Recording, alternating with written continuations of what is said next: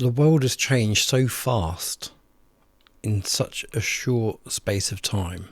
If you agree, let me know in the comments. But not just changing through invention, changing through replacement. Replacing nature, replacing people, replacing thought, replacing health, replacing independence, replacing humanity itself. Well, that's my shared thought of the day today.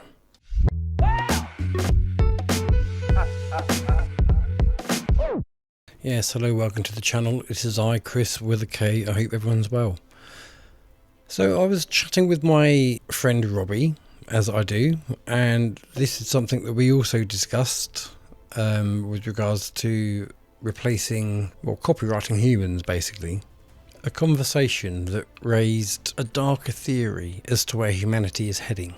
It is a theory and many will reject it. Many will debate and others will just feel like there's truth in there somewhere.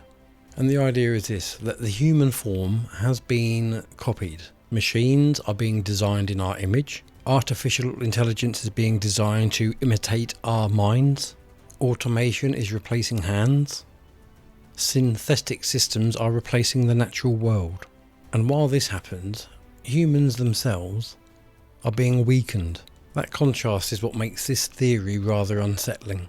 Because if machines are growing stronger whilst humans are growing weaker, what exactly is the destination? Look around. Robots now make food. Machines serve customers. AI answers questions. Driverless systems operate vehicles. Drones fight wars. Automated systems that monitor populations. Care service increasingly relying on digital systems. Factories need fewer workers. Even creativity, once considered deeply human, is now challenged by software. This is not science fiction anymore. It is already happening. Now, the argument being made is that society is celebrating the rise of machine capability, almost sounds like a Terminator plot, whilst ignoring the decline in both human capability and populace, because that's where the concern kicks in. Because if the human mind becomes dependent on AI for thinking, writing, solving, remembering, navigating, and creating, then what happens to natural intelligence over time? What happens when people stop exercising memory because devices can store it for them? What happens when people stop learning because software can answer for them?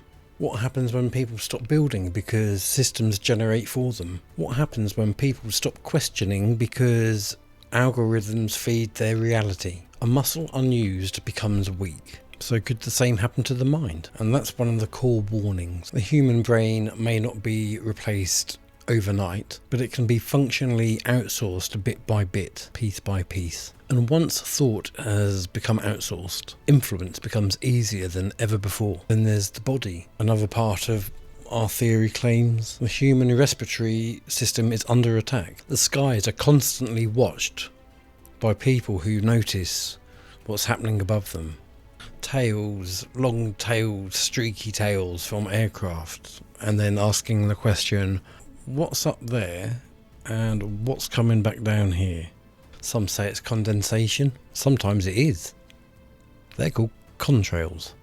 But if like me, and I'm sure you are, then I suspect there's a lot more going on up there. And they've kind of openly admitted it anyway. We've got all these geo-engineering programs going on, Satan and such. It's not so much conspiracy theory as conspiracy fact. But regardless of the cause, many people feel that the air doesn't feel clean or natural or trustworthy. Respiratory illnesses have become quite common across modern societies. Allergies rise, asthma rises, air quality warning increases, breathing issues become normalised, weather caused by pollution, industrial environments, urban density, chemicals, or even broader environmental factors. The result is the same. The basic art of breathing feels less secure now than it ever has before. And that matters because breath is life. Attack the air and you affect everyone. Then comes food. Many products marketed as healthy are in fact poisonous and heavily processed. Bright packaging, health claims, low-fat labels, fortified labels, energy claims, wellness branding. Yet when people read the ingredients or download the Yucca app, they often find chemicals in the ingredients, additives, seed oils, sweeteners, preservatives, stabilizers, colorings, flavor enhancers, a long list of things only a few can pronounce. So is the food actually nourishing people or merely sustaining consumption? Most modern diets seem to leave people feeling overfed yet undernourished. Calories high, nutrient density low, sugar hidden, addiction engineered, convenience prioritized, profit maximized. If a population is weakened through diet, it becomes more dependent on systems, treatment, support, and management. Then there's water. Many, believe it or not, still assume tap water is beyond question, but growing public concern exists around contaminants, aging infrastructure, runoff treatment residues, microplastics, and bacteria outbreaks in some regions. Water is the foundation of life. If trust in food weakens and trust in water weakens, people begin asking serious questions about the health of the environment in which we all depend on. Then there's the cosmetics and personal care products. In 2026, the personal care sector focuses on holistic wellness and AI integration. Always listening. Lotions, sprays, scents, creams, makeup, hair products. Daily use items absorbed through the skin, the hair, or inhaled over years. You would think if regulated properly, they would be safe. But yet when you look on the old Yucca app again, and this is not a sponsored Yucca app ad, because I know there are now other apps that do the same thing. Like I said, you would think if they were regulated they would be safe, but it doesn't seem to be the case, and that suspicion is growing among small people. But a big part of the problem still remains that excessive use on a daily basis and the exposure over time is really rarely ever thought about by consumers. People often assume that if it's sold then it's harmless, and history has shown that that assumption can fail fast. Now combine all of these concerns into one big wider theory. Weaken the body, distract and weaken the mind, replace labour, I wish someone would, automate services, centralise control, reduce population dependence to a manageable system, keep enough people to run through consumption, paying taxes, maintenance and compliance, but replace the rest with machines. That is the sinister interpretation some people are seeing emerge. Whether one accepts it literally or not, it reflects a real anxiety for the modern age, that human beings on the whole are no longer the priority. Efficiency is the priority. Data is the priority. Profit, control and scalability are the priorities.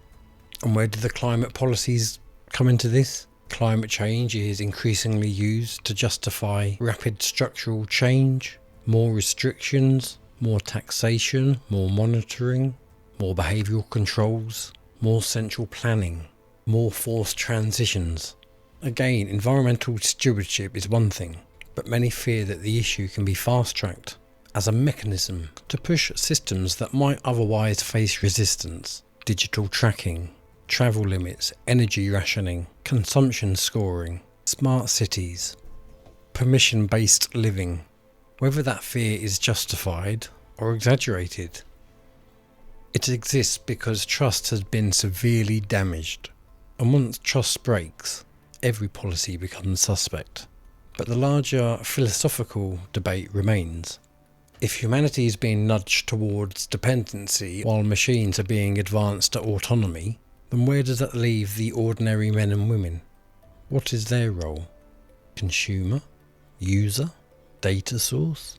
Perhaps the most disturbing aspect of this isn't so much the possibility that machines become more intelligent, it is that people become passive. Passive minds are easier to guide. Passive bodies are easier to medicate. passive citizens are easier to manage and passive consumers are easier to sell to. Yeah, cheers mate, I love too. Passive societies surrender freedom without noticing, and that's why the awareness matters. Question what you eat, question what you drink, question what you breathe, and question what you're told. And so today's thought is this: what if the real battle isn't man versus machine, but whether man forgets his own value before the machine fully arrives? Because once people believe that they're obsolete, replacement becomes easy. What do you think? Let me know in the comments below. Look after yourselves and I'll see you in the next video. Bye for now.